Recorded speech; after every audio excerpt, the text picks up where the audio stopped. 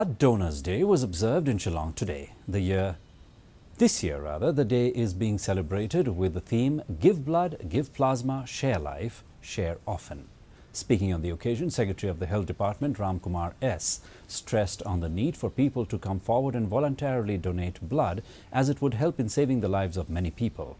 All participants also took a pledge on the occasion, and individual blood donors were also felicitated on the occasion. Later, a voluntary blood donation camp was also organized in Jowai on the occasion of the Blood Donors Day, and the Jowai Blood Bank Center felicitated the organization and individual blood donors in the Coherence conference room of the Blood Bank Center.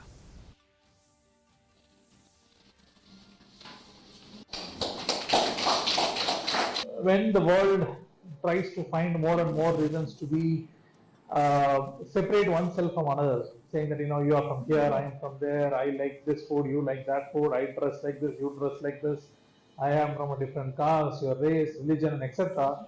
But there is a very important thing when a donor from anywhere in Africa, South America, or in the remotest Fiji Islands can donate blood, and it can come to us. Strict school education